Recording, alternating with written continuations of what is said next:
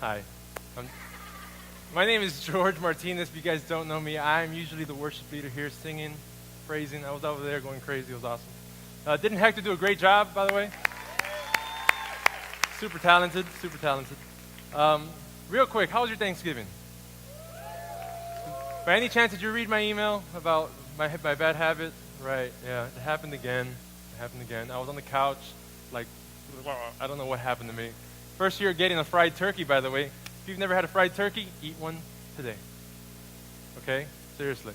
Anyway, and seeing my brother up here too, that was kind of weird. It's just weird to see him here, like just like talking to people. I'm like, hey man, what are you doing on stage? You're gonna get in trouble, right?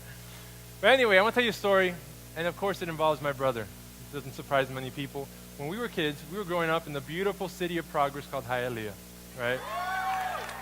Yes, yes. Factoria, I don't know, I forgot that saying. Anyway, yeah. So here's the thing. If you grew up in a Cuban household in Hialeah, that meant that you were very bored when you were growing up because there was nothing to do. See, Cuban moms don't believe in like snacks and stuff. No, you have to wait until I get home. I'm going to cook dinner, then you can eat and stuff like that. So we would get bored all the time, and we'd make up the most random games. I mean, seriously. One day I was so bored. I'm like, come on, man, let's just play. I want to play. Come on, please. I was a little kid. I'm like, come on, man, please. Yeah. And he goes, oh, I got a great idea. Why don't we play football? I'm like, oh, I love football. Dude, that's awesome. Oh, but it's raining outside. I'm like, no, man, no. My brother goes, not outside. Let's play tackle football inside the house. I'm like, oh, that's a really cool idea. Yeah, let's do it, you know? Yeah, I always fell for it, you know. So what happened was I was a little kid, so he'd throw the football. I would jump and run and try to catch it like a wide receiver. I'd jump on the couch and go, touchdown! Yeah, Dolphins win! When the Dolphins had a chance. But anyway, and then he'd throw it again and throw it again. And, you know, we just do that all the time. I'd jump from couch to couch and jumping around like crazy. And please let me know if I'm the only one here. I really pray I'm not. But if you grew up in Hialeah, did you have this area in your house that you weren't allowed to sit in? Okay, great, good. It looks like a living room, but you just can't use it. The couch is really pretty. There's a lot of nice little ornaments and little decorations, and the vase with the little random sticks, right? And this was the 90s, so there was mirrors everywhere, you know, like. And for whatever reason, I just couldn't. Mom said, don't sit on this couch. I'm like, what's it for? Oh, para decoración, you know, for decoration. So when people walk in, they go, oh, this house is so pretty. Wow, you keep it so clean. And then you turn the corner, it's a disaster, right? So he throws the ball. I jump, and I'm landing, and he throws it toward that area. I'm landing on the couch that I'm not supposed to touch. And I land on it, catch the ball, I go, touchdown, Dolphins! And the problem was my foot hit one of the vases that was on top of this table. This table was really low, and it was like a mirror top table. I don't know what was up with the mirrors, but mirrors everywhere. And nothing happened to the vase. The problem was the vase landed right onto that tabletop, and it shattered the mirror into billions of pieces. Yes. First thing out of my mouth, why does this always happen to me? You know? How come every time I play with my brother, something chaotic happens, you know? And I'm just thinking, that's it, I am done. My mom is going to kill me. I'm not even supposed to be sitting on this couch, and now the table's broken. And you're probably thinking, what's the big deal about my mom getting angry? Okay, well, first one, she's Cuban, okay? So that means automatically she's going to get extremely loud. And for those of you who have Cuban moms, you know the second problem with Cuban moms getting angry is la chancleta. Listen to me. The urban legend is real. I know its power very well, okay? Cuban moms and chancletas are a lethal combination. And you see, it was just a natural thing for my mom. Mom, how do you feel? Oh, I'm angry. Now what? Chancleta, you know? And so maybe you didn't grow up Cuban. Maybe you didn't grow up like in Hialeah with the chancleta. You don't know what I'm talking about. A chancleta is basically a sandal with superpowers, okay? And just in case you didn't understand that, I even brought a video so we can get a little educated today before I keep going, okay? So check out the video. For centuries, the secret of La Chancla has helped millions of Latina moms focus attention to each child's unique needs. Instill values of fairness and fair play. Encourage healthy eating habits. Learn the discipline required to excel in academics. Moral reasoning.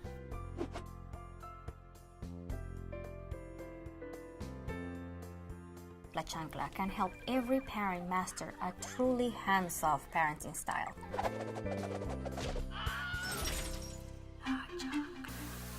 La chancla, la chancleta, right? It's a legend, but it's true. I know its powers very well. Now, you're laughing. It's a funny video, but it's true. Did anybody grow up like that? Afraid of the chancleta, right? Man. But you know what's funny is that you see moms and chancletas and chanclas, whatever you want to call it, they're a lethal combination. See, my mom, she didn't know what else to do. When I sat there and I told her, oh, Mom, remember that table, that area that I'm not supposed to sit in and touch? She's like, yeah. Do you remember that table that's really pretty with the glass and the vase? Yeah. There was a little accident. And she's like, what happened? You know, like, what did you guys do? I'm like, look, it's not my fault. It's an accident. We were playing tackle football inside the house, and I kind of broke it, and it's in pieces, and I'm really, really sorry. And it was like 2 seconds. I had 2 seconds to either make a decision to run for my life, or it was over. Blah! You know, it's like, Mom, how are you feeling? Oh, I'm angry. Now what? La chancla. You know, like, it was just like, oh. And what's so funny is that just like my mom, you know, we all, at one point or another, we've dealt with anger before, okay? We've been angry. We wanted to be that. If you're parents, you're the one getting the chancla now, you know? But we've all dealt with anger at one point of our life or another. And the truth is, a lot of us deal with it in many different ways. So, you know, we're all calm and collected. Nothing's going on. You know, George, I'm not an angry person. I'm really calm, you know, praise God, you know, I'm here at church. Come on, let's not talk about anger. But, you know, we all know that what happens when you get on the Palmetto Expressway at 5 or 6 o'clock. Or when you wake up early, you're trying to get to downtown to work, and there's 5 or 6 accidents. People are driving around like if it's Cuba, right? And you're just like wondering, like, oh, come on, I just want to get here, right? Or maybe for you, it was a Disney trip that you planned for 6 or 7 months, and you finally get all the kids awake, dressed, eat, okay, everybody ate breakfast, everybody's good, get in the car, we got to get to Disney, we're going there, and you're like 20 minutes away from Disney World, and what happens? Woo! You're like, oh, I can't believe this. Are you kidding me? A cop car? I'm going to get a ticket, and you start getting angry, and it ruins the trip. Or how about Thanksgiving? If you hosted Thanksgiving, you know, oh man, it's a lot of work. You wake up at 5 in the morning, 6 in the morning, prepping the turkey, all this stuff. You want Thanksgiving to be crystal clear, perfect, just perfect. But then you burn the turkey. Or you have family coming in over, right, from out of town or whatever, and they're destroying your house. No one wants to stay after the party to help you clean up, right? That's just the way it is. You eat and you dip, right? And see, that's the thing. Anger makes us do things, makes us say things. I mean, it has power. It has power. And so I want to just draw your attention to your outline. I put James in there for you. Check it out. It says this. It says, my dear brothers and sisters, take note of this. Everyone should be quick to listen, slow to speak, and here it is, slow to become angry. Oh, why is that, James? Oh, hey, George, I'm glad you asked. Check out verse 20. It says, because human anger does not produce the righteousness that God desires. Interesting. So you mean God didn't design me to lash out at my kids when they've had a bad day at work? No, that's not the way it works. Or tell my wife things and just make her feel horrible just because I had a bad day at work or whatever the case may be and just spread all this anger out? No, God did not design that at all. See, God wants us to be so much more. He's designed us for so much more. So what I want to do in the short amount of time that we have together, I want to tell you a story, okay? A story of someone in the Bible that had a problem, had many problems, but one of them being anger. And we're going to see, we're going to be in 1 Samuel chapter 18, verse 6, if you want to start turning there in your Bibles or in your Bible app. And we're going to read about the story of King Saul. King Saul was the first king of Israel. Okay, what an honor, okay? If you don't know about King Saul, real quick footnote version of his story.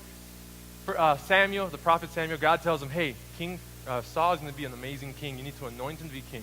Think about King Saul as being like Thor, okay? This really tall, kind of like good-looking, bulky, just like me, you know, with the muscles, you know?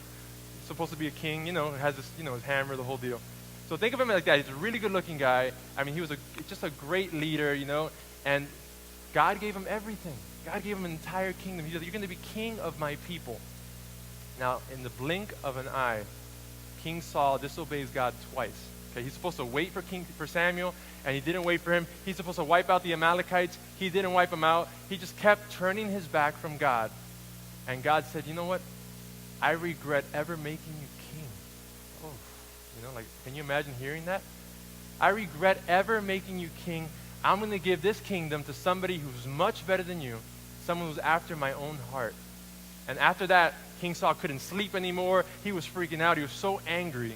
So who comes into the picture? David. David, what does he do? David serves King Saul because it's his king. He plays the lute for him when he's trying to fall asleep so that Saul can have a good night's sleep, you know. He starts fighting battles for King Saul. I mean, he defeated Goliath for King Saul. So that's where we're going to pick up the story. The story is right after he just defeated Goliath. Let's see what it says. 1 Samuel 18, verse 6. This is what it says. It says, "Now it happened as they were coming home, when David was returning from the slaughter of the Philistines, that the women had come out of all the cities of Israel, singing and dancing to meet King Saul, with tambourines, with joy, with musical instruments. So the women sang as they danced, and they said, 'Saul has slain his thousands, and David his 10,000s.'" And here it is. Here's the key verse. "Then Saul was very angry, and the saying displeased him. And he said, 'They have ascribed David 10,000s, and to me they only ascribed thousands? Wait a second, who's the king here? David or me? I'm King Saul. I'm the king. You know, I'm Thor. Remember his big bulky muscles? You know. Let's see what else it says. Now what more can he, David, have but the kingdom? So Saul eyed David from that day forward, and it happened on the next day that the distressing spirit of the Lord came upon Saul, and he prophesied inside the house. So David was playing music with his hand, just like other times, but there was a spear in Saul's hand. And Saul cast the spear, and he said, 'I will pin David to the wall.' But luckily, David escaped his presence twice. And now Saul was afraid of David because the Lord was with him, but had departed from Saul." Okay, what is going on? Okay, Saul is having a bad day. Okay, what happened was David is doing all these great things. He's starting to get really popular with the people. People are saying that he's killed more people than Saul, that he's greater than Saul. And Saul is looking from a distance and going, "Is this the guy that the Lord said he was going to give my kingdom to? And if he is, then I've got to take this guy out. Because you know what? This can't happen. No, I'm the king. So what did he do? Saul went for his chancleta, right? His chancleta looks a little different, right? It's a spear.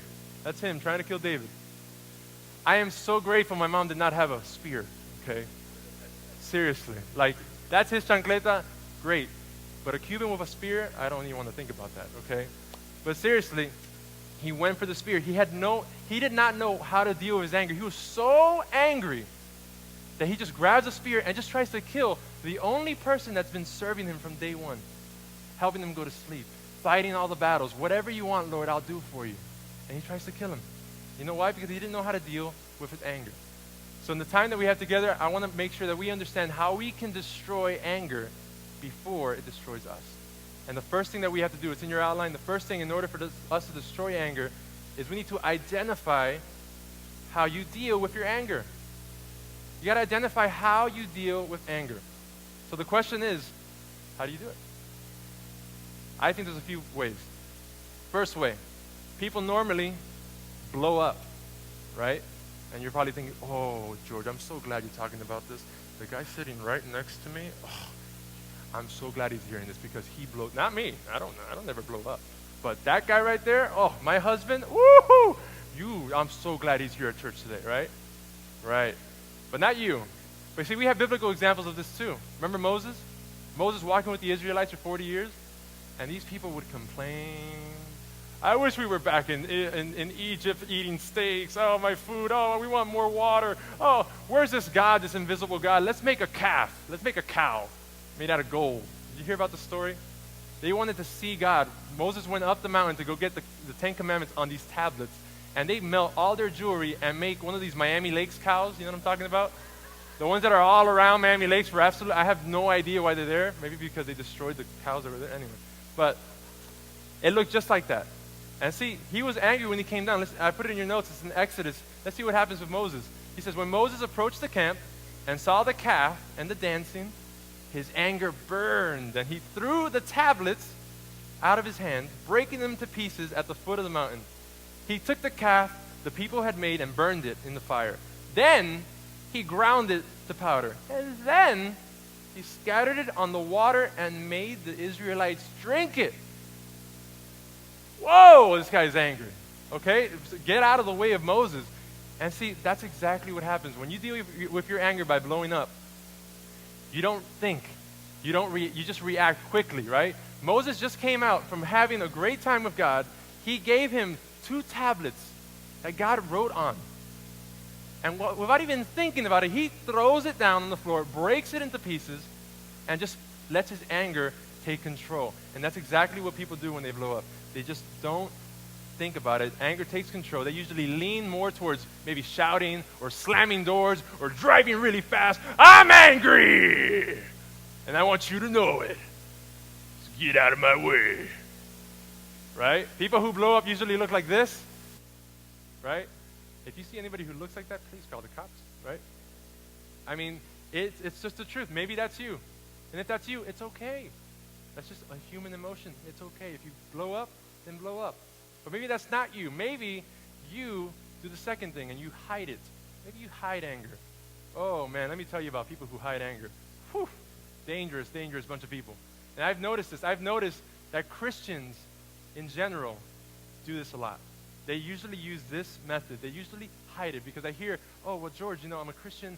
I'm not allowed to be mad. I'm not allowed to be angry. I'm a Christian. That's why I got saved, and now I come to church. That's it. That's all I do. You don't get angry? No, me? No. God bless you, brother. But wait a second. That guy just ran into your car. This and that. I'm maybe a little upset, but not. I've been disappointed. I got hurt. I've gotten backstabbed a couple times by my coworkers, but I'm not angry. Come on, man. No way. And you see, this is really, really dangerous. And the thing is, where do we get this idea from that we can't be angry? Because as long as I've read this Bible, Ephesians 4:26 hasn't changed, and it says this: Be what? Be angry. Really? Yeah, but do not sin. And do not let the sun go down on your wrath, nor give place to who? The devil. Why? Because he's talking about the devil and being angry and not sinning. Because people who hide anger, they think they've controlled anger. They think that they have destroyed anger. They grab that anger and they put it in their pocket and they go, okay, I'm good. But what they don't know is that anger is starting to build up like a little time bomb. We hear about stories all the time about people who they look perfectly calm and all of a sudden they go crazy and they blow up. Those are people who hide their anger. I know a perfect example of this. Person who is a master, a ninja at hiding their anger. My wife. Let me tell you about this. Okay, please pray for us, please. Evelyn, when we were dating, okay, you've heard Pastor Bob say this before. We had moments of intense fellowship, not fights. Christians don't fight. Okay, we have intense fellowship. Okay, and when this would happen, she would shut down. I mean, like a store after a huge Black Friday sale. I mean, it was done. Like, we don't want to see another person. We don't want to see people wrestling for another waffle maker for $4. It's done. I don't want to talk about any. Leave me alone. La, la, la, la, la. I mean, she would just break down and shut down. And I'm like, it would drive me crazy. I'm just trying to, hey, I don't care. No, baby, I love you. I hate you.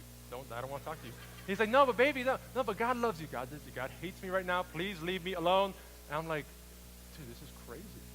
And to see, the thing is, when you hide anger, it leads you to start thinking about all these crazy things. And when she would finally open up, I would ask her, baby, what were you thinking about when you were like so quiet, so angry? She's like, I thought that you didn't love me. I thought, you know what, I'm going to give up. I can't live like this anymore. I thought God didn't love me. It's just not worth it. And you see, that's why it says, be angry, but do not sin, because it's not that devil. Gets that anger, he uses it to get you. You get stomach ulcers, stomach pains, you're in bed all day, you get depressed. I mean, it has the power to destroy us. And you see, that's the thing. My wife, she didn't know anything else to do. That's just the way she did it. She would just hide it. Okay, so maybe you hide it. Or maybe you're like me. And number 3 is you leak it. Leak it. What does that mean? Oh, leak it. People who leak are very interesting because they think they use anger for their advantage. They think. But in reality, they're not. Person who leaks, okay, I'm angry. I'm not going to blow up. I'm not going to hide it. But what I'm going to do is I'm going to grab anger, take it over here, and make up a really nice plan how to get you back. Okay? Yes. I'm guessing the people who are laughing are the leakers in the house, right? Perfect example. When I drive, I turn into the Hulk. Okay? When I drive, man, first of all, people in South Florida don't know how to drive, but that's beyond the point. I get so angry, and Evelyn hates it because I'm a leaker. So what happens? I'm driving, minding my own business, coming to church maybe, hey, and then what happens? A car right behind me. They're like, beep, beep, beep, and they're like moving over, and I'm in the one lane, they can't really pass me, and they're just like, beep, beep, beep, beep, and I'm seeing like random fingers come out of their windshield. I'm like, what is going on, man? I'm just minding my own business, driving, trying to get, and so I go, you know what? I'm going to ignore it. I'm going to ignore it, God. You got this, that's it, But then what happens? You get to a red light, and you're sitting there, and the guy's still behind me, and you're watching him like a hawk. You're like, what in the world is he going to do now, Yeah. Then it turns green. Bam, bam, bam. I'm like, give me a moment to like react here, like it's just like, all right. So we start driving, right? What happens? I go, man, this guy's really angry. I wonder how much more frustrated he's going to be if I slowly, for whatever reason, start letting go of the gas and start going 10 miles per hour slower. And now he's really getting, oh man, that must angry. Oh man, you must be so angry.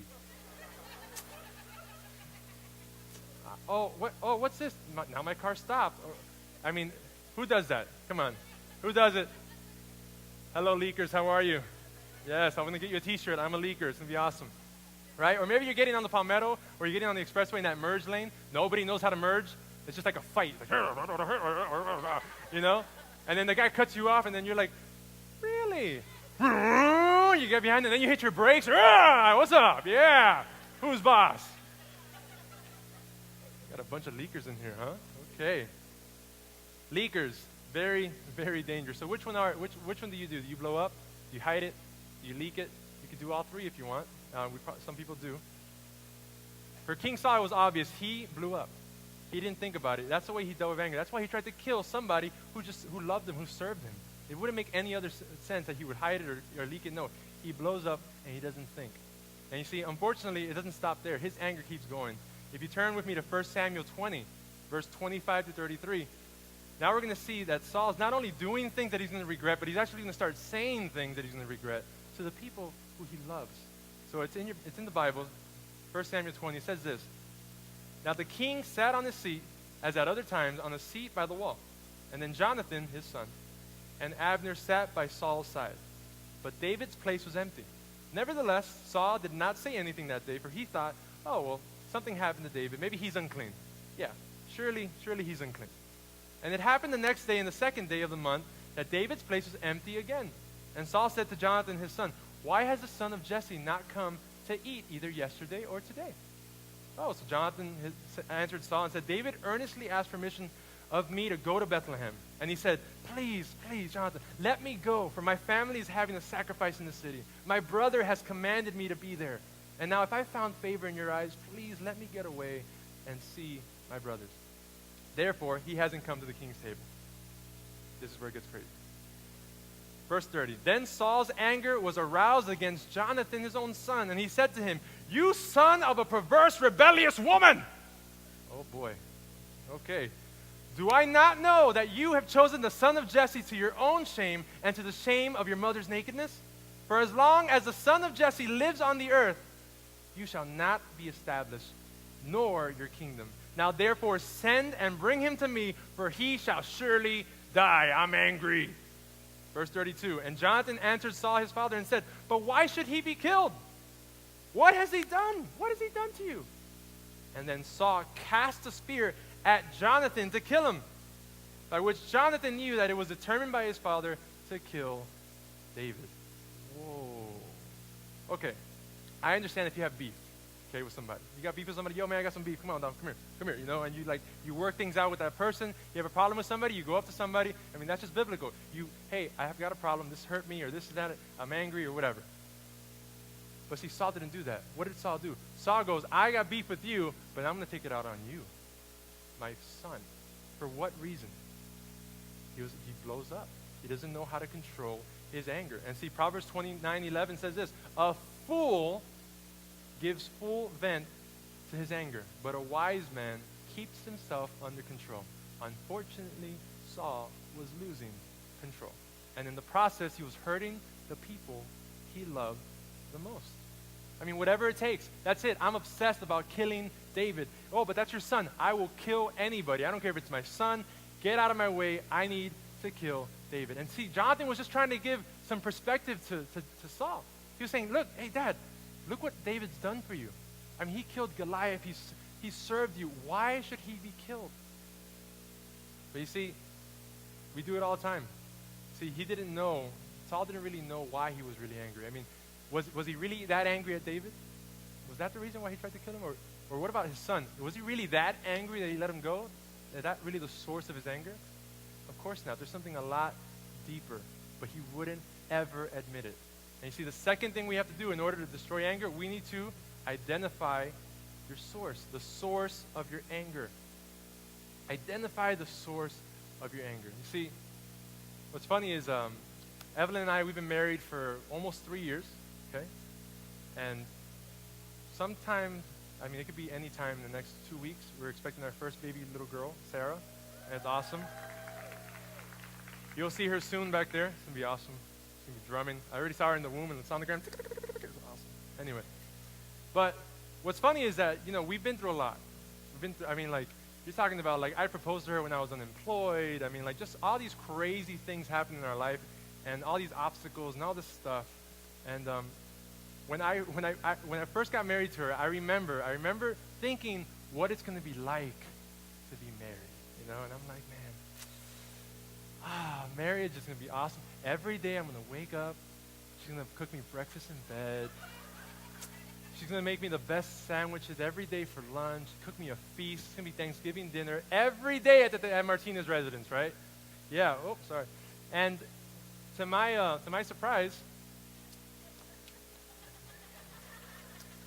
it wasn't kind of like that, was it? It wasn't like that at all. And one day I remember it was like we just got back from our honeymoon, you know, we're like in the honeymoon stage. We wake up on the first day and she turns over to me, she's like, sweetie, and I'm like, yes, my beautiful bride, you know. And she's like, how would you like some breakfast? And I'm like, oh, there is a God, thank you so much. Yeah, I'm famished, sweetheart. Yeah, why don't you make me some breakfast? That'd be awesome. And she's like, okay, hey, look, why don't you just stay in bed? Just get some more sleep. And I'll go take care of that. And I'll let you know when you're done, okay? Just get some more rest, baby. I'm like, praise the Lord. Yes, I've married the right person, you know? And all of a sudden, I go back to sleep. I'm getting into that position, you know, that position that, like, it takes you forever to get into, you know? And you're like, all right. And all of a sudden, boom, blah, blah, blah, blah, blah, blah, blah. I hear pots and pans, blah, blah, blah, slamming the door tables, blah, blah, blah. I'm like, what is, I get up, I freak out. I'm like, what's going on? I run out. I'm like, sweetie, what's going on? What's going on? And she's like, what? I'm just making breakfast. I'm like, oh, because I thought somebody was wrestling with you or something. Like, it sounded like there was like chaos. Like, why is this so noisy? She's like, noisy? Oh, that's just the way I kind of close things. I throw the pots into the sink while I'm done with it, and I slam the door or whatever. You know, I'm like, oh, you slam doors and stuff. Great. Well, I'm trying to sleep. So could you do it a little softer? Just a little. It's like, oh yeah, sure, sweetie. Yeah, no problem. I go, okay, all right, okay. And I go back to bed, and then boom, blah, blah, blah, blah, blah. I'm like, oh my goodness. And here's the thing, it would drive me crazy. Because I put everything down softly, you know, like and she's super rough, man. I'm like, whoa, hey, wait a second, you know. And so anyway, I started noticing things that would drive me crazy.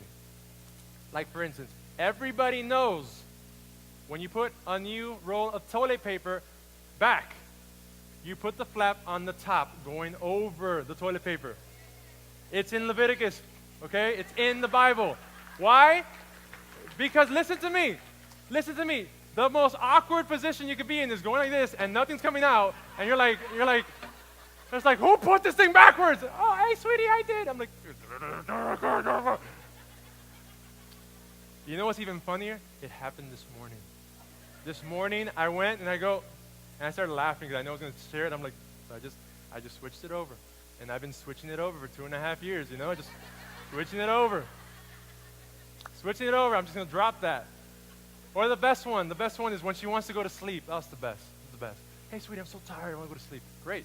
I'm tired too. Let's go to sleep. Good night, sweetie. I love you. Love you too. Channel 7 News. I'm like, I turn around, sweetie, I thought we were going to sleep. I'm like, oh, well, yeah. well, in order for me to fall asleep, I've got to watch some TV for 5 or 10 minutes, and then I'll go to sleep. I'm like, oh, that's great.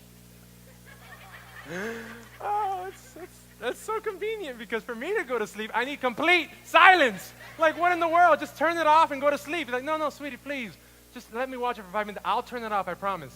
All right, okay, I'm married. I got to compromise here. Okay. I try to go to sleep, but I can't.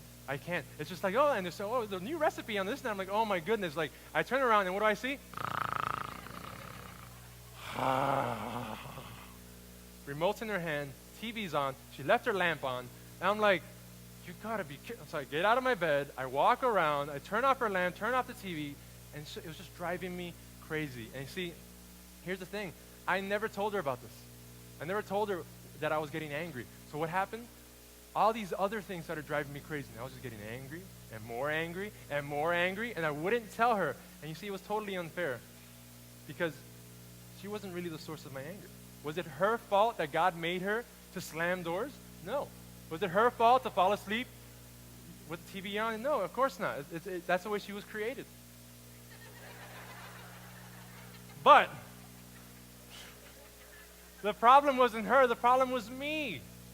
Remember, I had these unrealistic expectations of this lady that would just do everything for me and all this stuff. These unrealistic expectations about being married. And see, before I knew it, I was becoming bitter toward her. Before I knew it, I was actually speaking to her differently. Now, because I'm a leaker, I go, oh, well, if you're not going to do that for me and not live and act the way I want you to live and expect you to live, then I'm going to do things differently on purpose. I'm not going to tell you that I love you anymore. I'm not going to tell you that you're beautiful. I started really getting really influenced by my anger, and I started using it as a weapon, to the point where Evelyn thought that I didn't love her, because I had all these unrealistic expectations on her that she had no idea about. And it's just not fair. It's not fair to her that I should come home and expect this, and when that doesn't happen, I'm going to lash out at her and hurt her. And you see, we do it all the time. We do it all the time. We have expectations on people, on things, right? I expected this job to be different. Man, I'm miserable. It's the same thing. I expected my kids to listen to me and stay away from them because they're bad news. And now we're dealing with this. I expected him to change. I expected her to change. And we're getting angry and angry by the moment. I invited him to church and he didn't come. I trusted you, God. I trusted you. I prayed to you. I didn't really think you were going to do it, but man, I trusted, and you didn't show up. And we're angry people. We are angry. We're walking around, and we don't know what to do with it.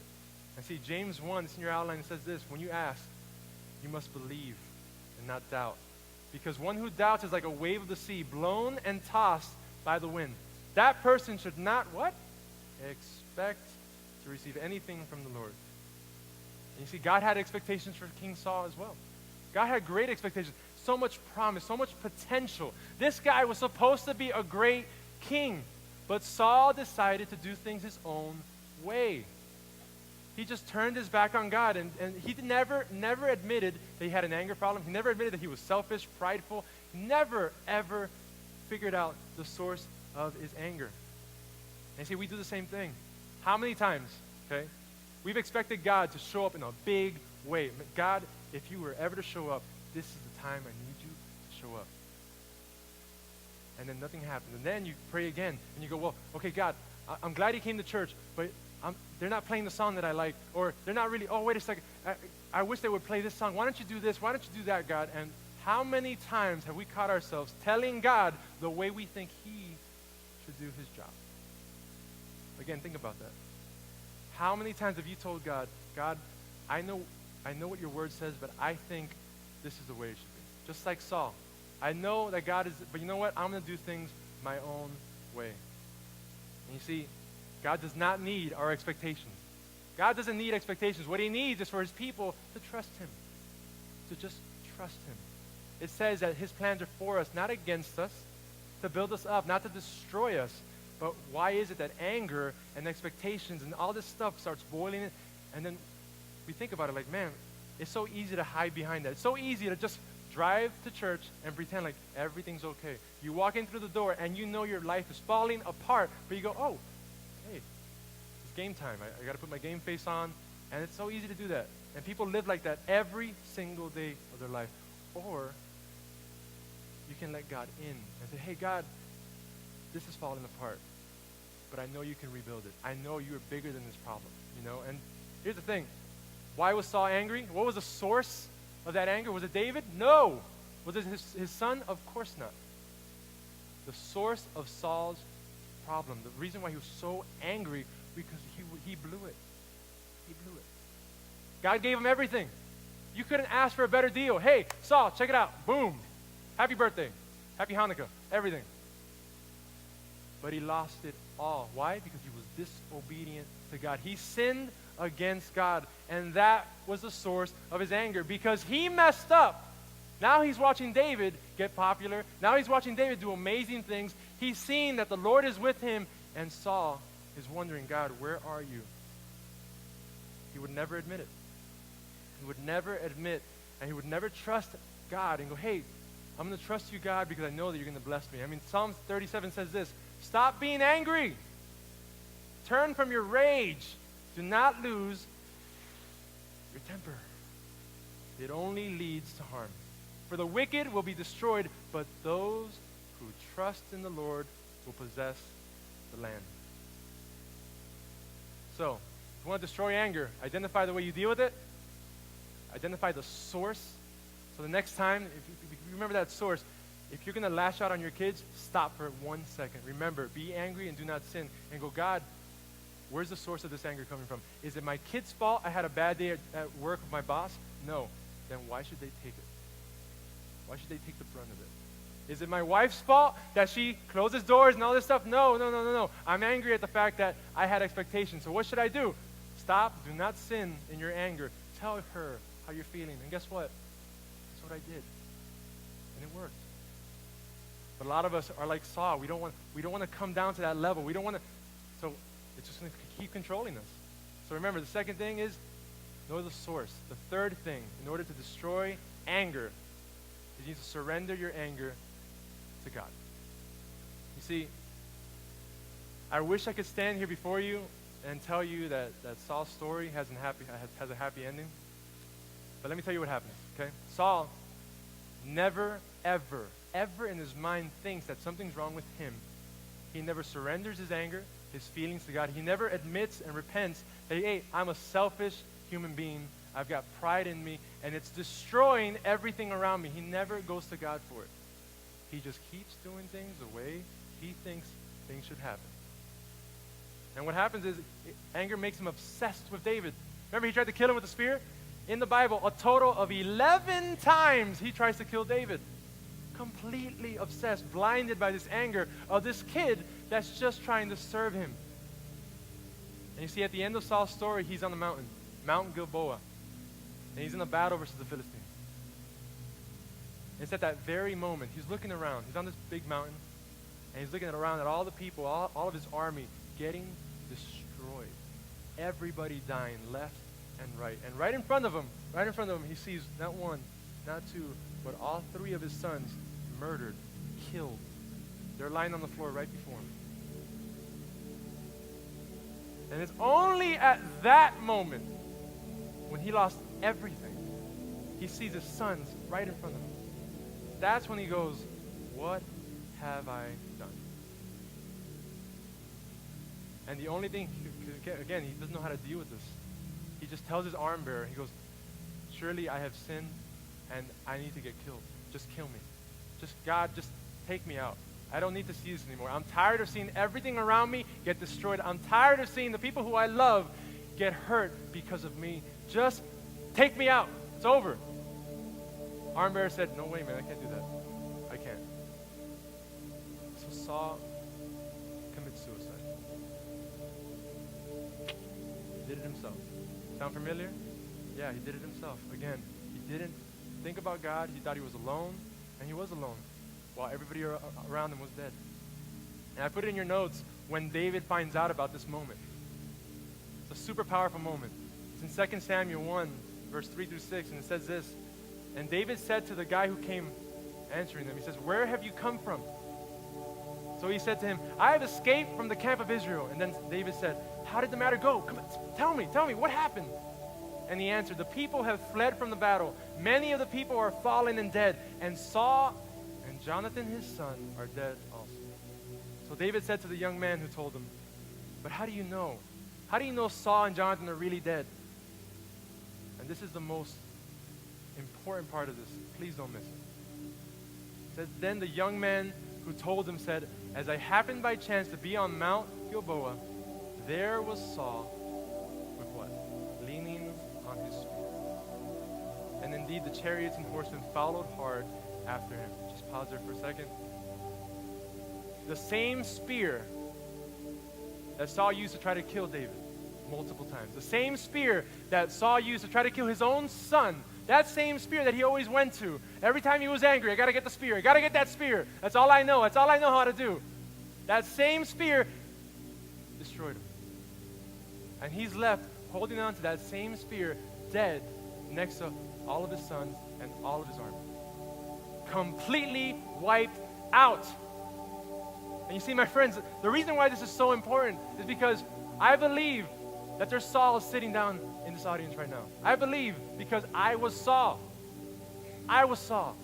Before I got saved, man, I tell you, even if I didn't know you, even if you were my mom, I could cut you down in a second with this crazy tongue of mine. Crazy. I can make you feel like you were worth absolutely nothing. Why? Because I did things my own way. Why? Because I didn't think that God was with me. I thought I was alone in this world doing my thing.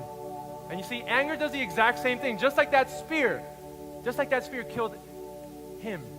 Anger, we keep going to anger. That bad habit that we have of going back to anger every single time something wrong happens, that same thing is going to destroy you, and it's going to destroy your family. And see, maybe you're here today, you've been hearing me talk about Saul, and Saul's story, and you're like, George, that's me. George, that's my wife. George, that's my husband. George, that's my son. That's my son's story. And I don't know what to do. I keep blowing up. I don't want to. I keep hurting the people that I love. I don't want to. I mean, it's supposed to be the most wonderful time of the year, right? The holidays. Maybe you just came back from Thanksgiving. It was the worst Thanksgiving of your entire life. Why? You keep holding on to that spear. Because it doesn't matter how long it's been, you still remember when that person hurt you. It doesn't matter how long it's been, you're never going to let go of this. And this is going to destroy you. You wonder why. You try to call your kids don't answer. People don't want to hang out with you anymore. What's the deal? Oh, well, we want to hang out, but every time we hang out, we just get hurt. We can't do it anymore. We just can't do it anymore. So the question for us today is, what are you holding on to? Is it anger? Is that spear? And the real question, how far are you willing to go? Are you willing to end? Are you willing to have a story that has an ending like Saul, where he's alone, he's left alone, all alone, just him and his anger, with the people he loves dead around him? Do you want that for your life? Do you want to be alone, just you and your anger? I pray that it's not. Is it worth it? Is it worth dying for that anger? I can tell you right now, I can guarantee you right now in this place, it is not. But I could also guarantee you that the God of the universe, the God of the Bible, thought that you were worth dying for. See, he saw our hearts. He knows us. Nothing surprises God. He knows what we're thinking about. He knows that person that hurt us. He knows what we're dealing with. He knows how angry we are inside, and we're about to blow up, and he's just waiting for you with open arms saying, I am right here. God doesn't need another Saul. He does not need another tragic ending, and your story does not have to end like that today. You have to make a choice. I'd like to invite everybody to stand up, please, for a second. And maybe you're here, and you know what? You've done a lot of damage to your family, to the people you love. People are looking at you. They're so afraid of you because of this anger, this fear that keeps destroying everything. Today's the day, man. You gotta let it go. You have to let it go. There are no more excuses. I mean, it's the perfect example of what can happen. I've seen this happen over and over and over and over again. People wishing they could turn back the hands of time, wishing they can go back and fix it. Stop wishing. It's happening right now. You can change it. Jesus did not die on the cross. He did not get nailed to that cross. So then after the fact, see you get angry and lash out at your kids and hurt the people he loves. No. He died so we could be redeemed. He died to give us life. Not a life full of anger, not a life holding on to a spear, not Saul's life, your life. He's still writing the Bible. Chapter 1. Oh, look, it's the book of George. Oh, he got angry, but the Lord rescued him. So where are you? Where are you in your story? Maybe you got to come right here for prayer and say, God, I am so sorry. Take this spear, take this anger, take this sting I've been holding on to that's been controlling my life, and just take it, God. I'm sorry. I surrender it to you. So if that's you, I want to invite you to come forward. I want to pray for you. I want you to understand that God loves you. God said, come to me, those who are weary. I will give you peace. So come forward. Come forward right now. God bless you. Come forward. What's the big deal? Oh, people are watching. I understand that. But guess what? It's not a big deal when you're telling everybody in this room that God, the God of heaven, is bigger than this little problem, this little thing that you're holding on to. God bless you. How much longer are you going to hurt the people you love? It's all we've got. It's all I've got. That's all we have. Stop it today. Make a decision. Come follow him. He knows what's best for you. So the band's going to play. I want to invite you to come forward and we're going to pray. Let's do it.